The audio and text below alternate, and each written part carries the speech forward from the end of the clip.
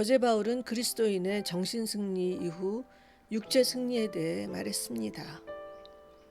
그리스도인은 영혼이 거듭난 후에 정신 승리도 해야 하지만 육체 승리도 해야 합니다. 예수님의 은혜로 거듭난 영혼은 사랑 용서도 해야 하지만 육체 또한 본능을 거슬러 하나님께 속한 몸임을 깨달아야 합니다. 오늘 바울은 그 연장선상에서 결혼에 대해 이야기합니다.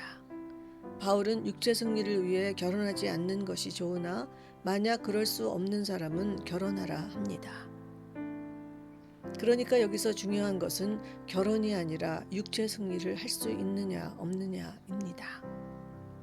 결혼한 사람은 남편이든 아내든 자기 몸을 배우자의 것으로 여기라고 합니다.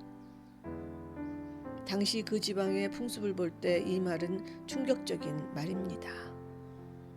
아내에게뿐 아니라 남편에게까지 이 말을 적용한 것은 당시로서는 있을 수 없는 말입니다.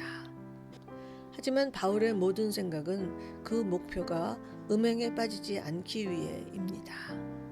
결혼에 있어 종족 보존이나 사랑의 완성 같은 많은 의미가 있겠지만 여기서는 오직 육체 승리의 차원에서 이야기하고 있습니다.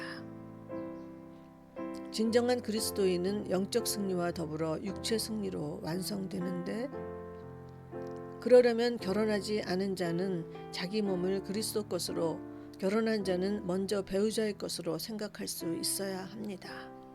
자신에게 상처 준 사람을 사랑하고 용서하는 것이 세상적으로 바보 같은 일인 것처럼 자기 몸을 주님의 것이며 배우자의 것으로 여기는 것도 세상적으로는 바보 같은 일입니다.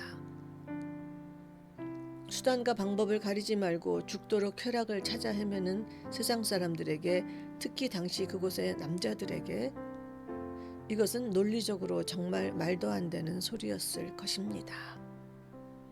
우리 시대 오직 육체의 쾌락만을 쫓아 사는 사람들에게 이것은 이해되지 않는 소리일 것입니다.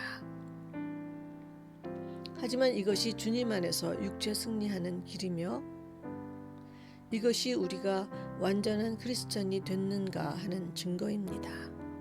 상처받고 속임을 당하며 그래도 사랑하고 용서하는 크리스천의 정신승리 그 다음 단계로 내 몸이 내 것이 아니며 하나님께 속한 것이며 또한 배우자에게 속한 것이란 생각을 받아들일 수 있을 때 우린 참 크리스천입니다.